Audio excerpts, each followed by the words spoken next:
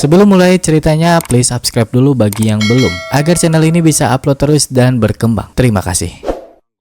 Film dimulai pada pusat rehabilitasi dan kita akan berfokus pada tokoh utama dalam film ini yaitu Darby. Darby seorang pecandu yang sedang menjalani rehabilitasi. Saat berkumpul, Mike seorang perawat memanggil Darby, memberikan kabar penting. Darby mendapatkan telepon dari saudaranya yaitu Jack, memberitahu ibunya Darby sedang di ICU. Jack memberikan nomor adiknya Darby yaitu Devon untuk meminta info lebih lanjut kepadanya. Namun, pada saat Darby akan menelpon Devon, hal itu ditolak oleh Mike dan dokter yang berjaga karena terakhir kali Darby berbohong kalau ibunya kecelakaan dan menggunakan fasilitas telepon. Tak mendapatkan izin, Darby malamnya meminjam HP kepada Jed temannya. Awalnya Jed gak mau memberikan. Ketika diancam oleh Darby akan dilaporkan mempunyai HP secara diam-diam, barulah Jed memberikannya. Darby menelpon Devon untuk bertanya soal ibu, tapi Devon tak ingin Darby hadir karena Darby seringkali merepotkan keluarga katanya. Lebih baik Darby tetap berada di rehabilitasi, jangan menambah beban Devon. Meskipun ditolak keberadaannya, Darby tetap akan pergi. Dia mengambil penggaris dan obeng di gudang, lalu diam-diam keluar dari tempat rehab menuju mobil milik Jed. Saat di dalam, dia menemukan sebungkus narkoba lalu merusak mobil agar bisa dinyalakan. Dan inilah film No Exit. No outgoing calls. You know the rules. Darby, I'm not bailing you out of rehab. I've got enough problems with mom in the hospital.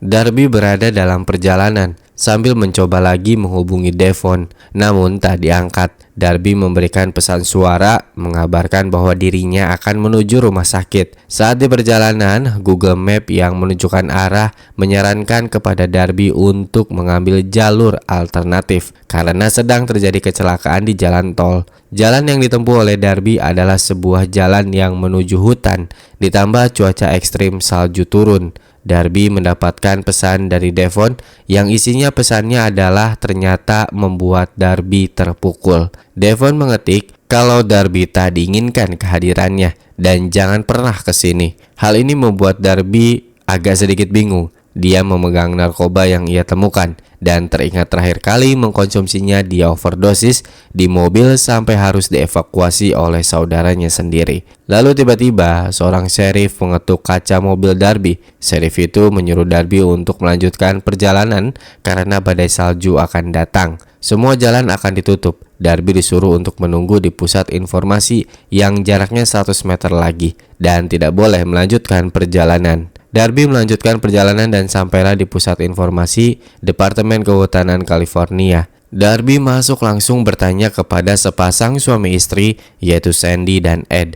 Dia bertanya di mana lokasi toilet. Ed yang menjawabnya, dia bilang ada di belakang. Ketika di toilet, keadaan toilet sedang dalam perbaikan. Darby di toilet membuka lagi HP. Dia masih teringat dengan SMS dari adiknya. Selesai dari toilet, dia bertanya kepada Lars password WiFi. Namun yang menjawab adalah Sandy. Dia bilang di sini tidak ada WiFi. Ed saja baru dari luar. Dia mencari sinyal, hanya mendapatkan sinyal sebentar sekitar 10 detik. Ditambah badai salju baru saja muncul dekat-dekat sini. Darby keluar mencoba mencari sinyal seperti Ed. Tapi yang dia dapatkan bukanlah sinyal, melainkan dia melihat ke arah salah satu mobil van yang mencurigakan dan ternyata di dalamnya ada seseorang gadis kecil yang diculik.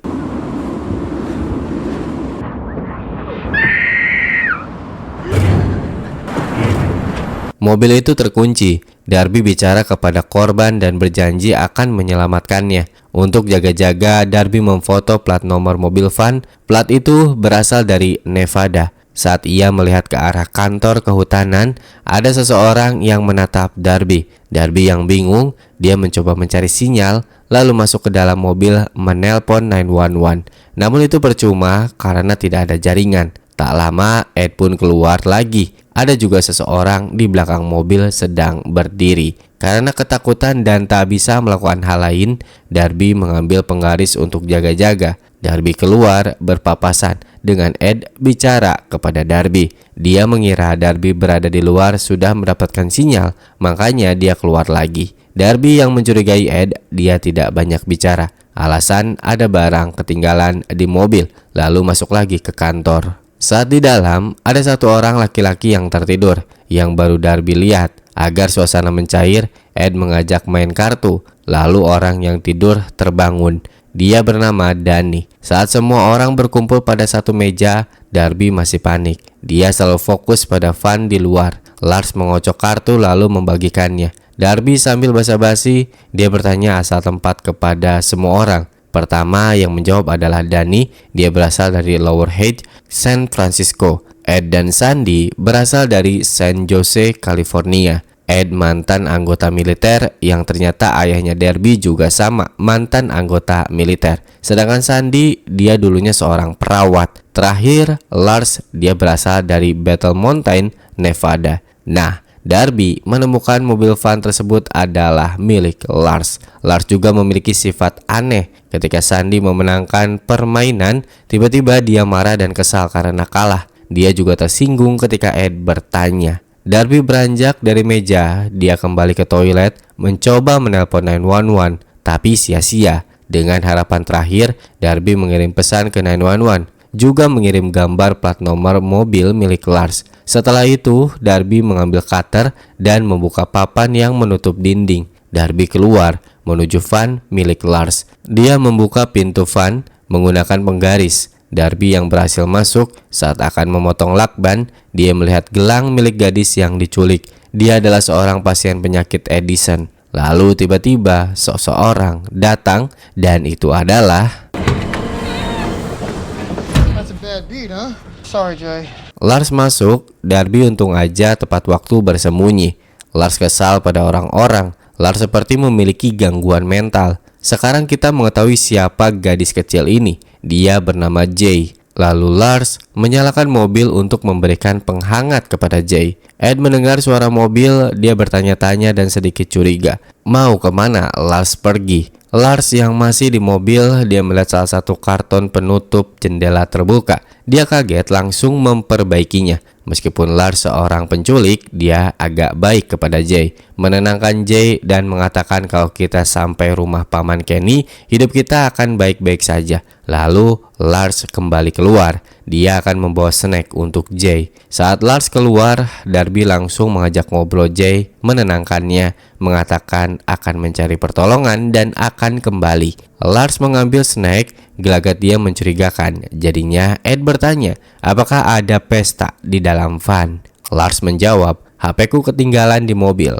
Gestur Lars benar-benar membuat Ed curiga. Sementara Darby telah memotong lakban yang mengikat Jay dan meninggalkan cutternya di mobil. Darby pamit dulu sebentar kepada Jay. Dia bilang untuk mencari bantuan. Lars saat akan masuk ke mobil, kunci mobilnya terjatuh. Dan ia menyadari ada sebuah jejak kaki yang baru saja pergi dari mobil. Lalu Danny, dia mengetuk toilet wanita. Dia bertanya kepada Darby apakah kondisinya baik-baik saja. Pas banget momennya, Darby langsung membuka pintu dan menarik Danny ke dalam. Lalu tak lama Lars datang mendobrak pintu. Darby mengambil tindakan. Dia langsung mencium bibir Danny, membuat Lars gak enak lalu pergi. Darby menceritakan apa yang dia temukan kepada Danny. Danny juga sama mencoba menelpon polisi tapi percuma, masih saja nggak ada sinyal. Lalu Danny membuat rencana untuk menunggu badai saja sampai selesai. Namun itu terlalu lama. Jadinya mereka membuat rencana untuk menyelamatkan Jay. Untuk jaga-jaga, Danny membawa nail gun sebagai senjata. Rencana pun dimulai. Darby keluar sendiri, Danny akan menyusul. Ed memperhatikan gerak-gerik Darby dan Lars. Tak lama, Lars juga nyusur keluar. Darby sudah masuk ke van lebih dulu. Dia membuka lakban di mulut Jay. Lalu Jay mengatakan di mana para pria yang menculiknya. Darby pun kaget karena yang menculik Jay adalah Lars dan Danny. Mereka di luar merencanakan sesuatu. Danny meminta pistol yang dibawa oleh Lars, sedangkan Lars diberi nail gun oleh Danny. Saat mereka menuju van dan membukanya, Darby telah berhasil kabur lebih dulu. Ed yang di dalam melihat ke arah keluar penasaran ingin keluar, namun ditahan oleh Sandy untuk tenang dan jangan berpikir buruk. Darby lari ke arah belakang toilet. Lars mengejar melalui belakang toilet, sedangkan Danny masuk ke lewat depan. Saat Danny masuk, Ed bertanya apakah semua aman. Danny bilang semuanya baik-baik saja. Danny langsung menuju toilet dan bertemulah dia dengan Darby. Tak bisa berkutik, Danny menodongkan pistol kepada Darby, lalu mengambil HP yang dibawa Darby. Danny mengecek panggilan terakhir dan juga membatalkan pesan gambar plat nomor mobil ke 911. Danny mengecek lagi HP, takutnya Darby menghubungi orang lain. Danny membaca pesan dari Devon, lalu mengolok Darby kalau dia adalah anak yang tidak dibutuhkan. Sedangkan Ed, dia masih aja curiga, bertanya kepada Lars yang sudah masuk melalui pintu depan. Ed ingin tahu keberadaan Darby. Lars bingung jawabnya. Sambil gugup dia bilang mungkin Darby berada di luar. Ed yang udah nggak tahan, dia pun langsung aja keluar. Jay sedang berusaha membuka lakban menggunakan cutter yang ditinggalkan Darby. Ed berkeliling, dia juga mencoba membuka van tapi itu terkunci. Jay yang mendengar suara, dia tidak berusaha berteriak, mungkin karena ketakutan. Sementara itu Danny dan Darby, Danny memberitahu kalau Jay, anak yang mengalami penyakit Edison. Jika dia mengalami panik berlebihan, dia akan overdosis. Danny menganggap Darby hanya memperburuk suasana. Seharusnya rencananya mudah, meminta tebusan ke ayahnya Jay seorang miliarder dan selesai.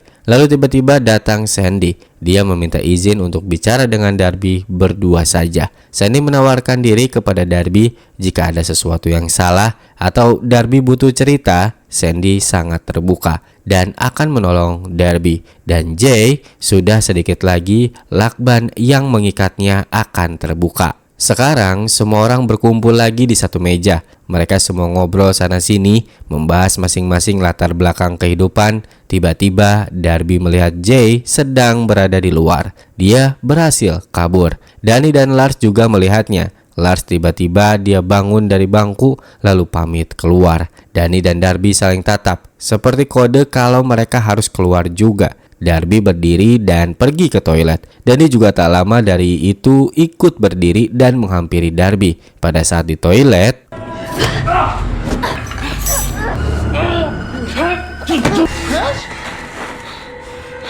untungnya Lars datang. Danny tidak jadi membunuh Darby. Lars membawa kabar kalau Jay telah pergi ke arah jalur hiking. Jika mereka berdua keluar, tidak mungkin Jay akan datang. Maka dari itu, Danny membawa Darby sebagai umpan agar Jay mau muncul. Danny masih belum sadar kalau kunci mobilnya jatuh. Darby langsung mengambilnya lalu ikut keluar. Mereka semua mencari Jay. Selama pencarian, Lars dan Danny mereka membicarakan paman Kenny, membuat Darby kepo. Dia pun bertanya siapa paman Kenny sebenarnya. Danny bilang dia adalah ayah angkat mereka. Jay rencananya akan dibawa oleh mereka ke rumah paman Kenny sebelum ayahnya Jay memberikan uang tebusan. Tak terasa mereka mencari. Danny menyuruh Darby memanggil terus Jay agar dia mau keluar dari persembunyiannya. Insting bertahan hidup Darby muncul. Dia pun melakukan perlawanan.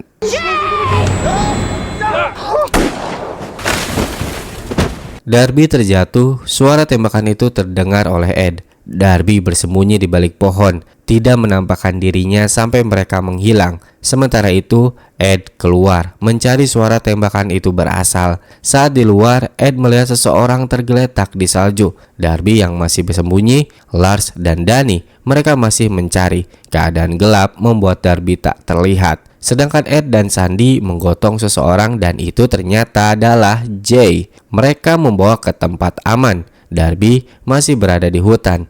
Dia melempar senter miliknya agar Lars dan Danny terdistraksi. Saat mereka mengejar sumber suara, Darby langsung berlari. Ed dan Sandy mencoba menyelamatkan Jay yang tak sadarkan diri akibat kedinginan. Sandy melihat gelang milik Jay. Dia mengetahui kalau Jay seorang pasien pengidap penyakit tertentu. Tak lama dari itu, Darby berhasil menyelamatkan diri dan bertemu dengan Ed dan juga Sandy. Dia langsung menjelaskan apa yang terjadi. Darby menyarankan untuk pergi sekarang juga. Sandy pun sepakat dengan saran itu. Lalu Danny dan Lars sudah berada di luar. Danny berteriak meminta serahkan Jay. Namun Ed menolak untuk menyerah begitu saja. Dia mengulur waktu dengan cara menghali pintu dengan memakai kursi. Danny dan Lars membagi tugas. Danny akan membunuh Ed sedangkan Lars akan mengurus Sandy dan Darby. Mereka mendekat, Ed langsung menggeretak. Dia mengatakan akan menembak jika berani mendekat. Padahal Ed tidak punya pistol. Tapi cara ini berhasil. Danny dan Lars mereka mundur ketakutan. Lars ketakutan, dia perhatian pada Jay karena Jay butuh obat dan perawatan. Sedangkan obatnya ada di van. Hal ini dipakai Danny untuk bernegosiasi. Dia berteriak kalau Jay butuh obat kepada Ed. Jika tidak diberi, maka Jay akan meninggal. Sandy pun membenarkan perkataan Danny. Dia menyarankan untuk memberikan Jay saja, tapi Darby dan Ed menolak. Darby yang memiliki kunci van menggunakannya untuk bernegosiasi juga. Ed langsung meminta tukar, berikan obat dan akan kuberikan kunci van. Agar Danny dan Lars bisa pergi, Danny merogoh kantong, langsung menyadari kalau dia tidak memiliki kunci van. Danny dan Lars pun berpikir dan mereka memutuskan untuk kembali ke van. Bukan untuk mengambil obat, melainkan mengambil jerigen bensin. Mereka berniat akan membakar kantor. Ed menilai tindakan mereka cuma gertakan saja. Sandy yang sudah mulai ketakutan, dia memohon untuk berdamai saja, berikan Jay kepada mereka. Ed tetap menolak. Dia memilih untuk menyuruh Darby menyembunyikan kunci mobilnya dan mobil van. Karena pada akhirnya mereka tidak akan bisa pergi jika membunuh semuanya. We should just give them what they want. We've been in holes before. Darby berada di toilet, dia sedang mencari tempat untuk menyembunyikan kunci. Sedangkan Danny dan Lars sudah mulai menyebarkan bensin di sekitar kantor. Darby keluar dari toilet membawa kunci Inggris. Sandy juga mengeluarkan semprotan gas air mata, yang dimana Ed bingung kok dia bisa punya itu. Sandy cuma bilang Ed nggak tahu semuanya tentang hidup Sandy. Danny dan Lars mulai menyalakan korek api. Namun karena angin berhembus kencang, jadinya dia gagal terus. Sandy sudah terus memohon kepada Ed untuk berdamai saja mengalah. Sandy takut mereka semua mati dibunuh. Lalu tiba-tiba Jay pun terbangun dan memanggil Sandy. Dan ternyata Sandy adalah perawat yang pernah merawat Jay. Saat itu Jay memaksa Sandy untuk berjoget demi konten TikToknya. Dan tak lama dari video TikTok itu dibuat, Jay diculik oleh Danny dan Lars. Sandy mendengar jeritan Jay, tapi dia tidak melakukan apapun karena ternyata dia juga terlibat dalam penculikan ini. Kembali ke kantor, Sandy tiba-tiba berteriak kepada Danny dan Lars. Dia mengatakan, Doesn't have a gun! Ed langsung bingung dan bertanya apa yang dilakukan Sandy. Bukannya menjawab, Sandy malah menyemprotkan gas air mata kepada Darby. Sandy mengatakan alasannya kenapa ikut serta dalam penculikan karena masalah ekonomi. Bank telah mengambil aset milik Sandy dan Ed. Sandy tak punya pilihan lain dan membuat keputusan ini sendirian. Sandy lalu membukakan pintu. Mereka masuk ke dalam, menodongkan pistol ke arah Ed, menyuruh menaruh kunci yang ia pegang. Lars membawa Darby mendekat dengan Jay. Lalu Danny menyuruh Sandy memberikan obat kepada Jay. Sandy di sini mencoba untuk mencari jalan tengah. Dia meminta kepada Danny untuk menghentikan ini. Biarkan Jay diselamatkan dan mintalah tebusan kepada ayahnya. Maka urusan selesai. Tapi sebenarnya Danny dan Lars menculik Jay bukan untuk mendapatkan tebusan dari orang tuanya, melainkan akan menjual Jay. Danny menerima saran itu, tapi sekarang yang dia butuhkan adalah kunci. Danny meminta kepada Ed dan Ed mengatakan tidak tahu. Lalu Sandy memocorkannya kalau yang memegang kunci adalah Darby. Ed mengatakan kepada Darby, jangan beritahu kuncinya atau kita akan mati. Tapi setelah itu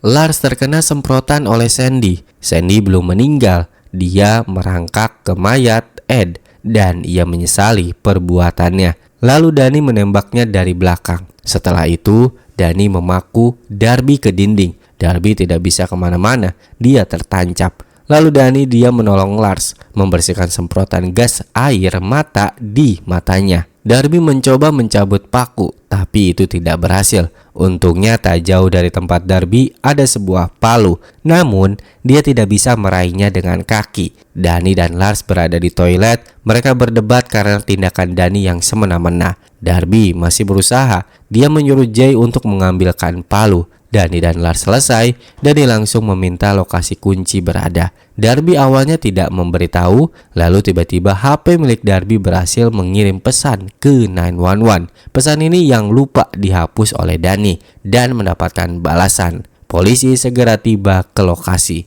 Karena kehabisan waktu, Danny semakin beringas. Dia mengancam akan memakut tangan Jay jika tidak diberitahu keberadaan kunci mobil. Akhirnya Darby memberitahu. Lalu Danny menyuruh Lars untuk menjaga Darby dan Jay.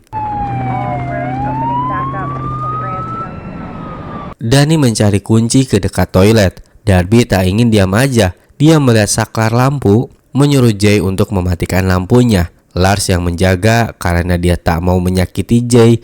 Dia cuma berteriak saja menyuruh Jay untuk duduk. Saat Lars sibuk mengurus Jay, Darby mengkonsumsi narkoba untuk menghilangkan nyeri. Jay lalu langsung mematikan lampu dan Darby mencongkel paku yang menancap. Celakanya waktu sudah menipis karena Danny berhasil menemukan kunci. Dan Lars ketika akan menyalakan lampu,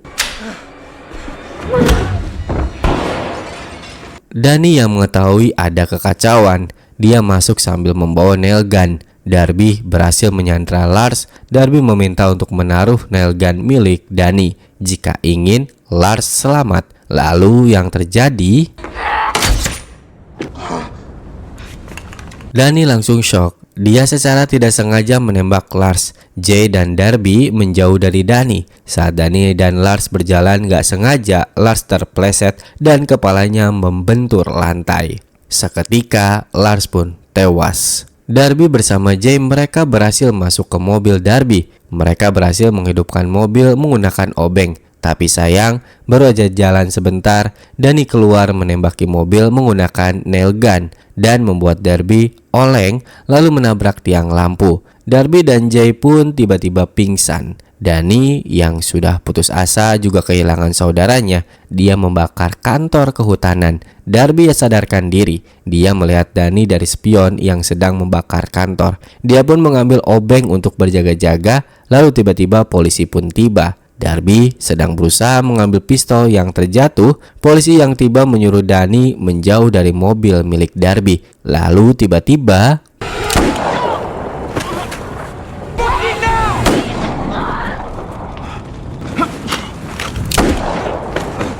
polisi salah mengira dia menembak Darby. Lalu Danny mengambil pistol dan menembak polisi. Saat Danny akan menghabisi nyawa Darby, pistol yang digunakan habis pelurunya. Danny pun mengambil nail gun. Sebelum itu tapi dia menembaki polisi dulu sampai berkali-kali, lalu mengambil pistol milik polisi. Dan setelah itu dia menuju Darby. Lars demi kebutuhan dramatisir dia menodongkan pistol ke arah kepala. Dan yang terjadi, Darby berhasil membunuh Danny bertepatan dengan Jay tersadar dari pingsannya. Lalu Darby merangkak menuju mayat polisi. Dia menggunakan radio meminta bantuan. Singkat cerita, setelah 48 hari, Darby berhasil recovery dari lukanya. Juga dia berhasil menjalankan masa rehabilitasi. Lalu tiba-tiba di suatu hari, Devon menjenguk kakaknya. Dan film pun tamat. Aduh, ini voice overnya ngerekam suaranya sambil batuk-batuk dan pilek. Gak enak banget. Pokoknya cuacanya lagi tidak menentu dan membuat badan itu gampang terkena batuk, pilek, dan demam. Aduh, pokoknya gak enak banget. Jaga kesehatan buat kalian. Mohon maaf ada kekurangan kalau dalam pengambilan atau merekam suara ini, karena ini bergelut dengan batuk, gatal banget. Ini juga nahan-nahan nih. Oke, gua Angga, sampai ketemu lagi di video selanjutnya. Terima kasih.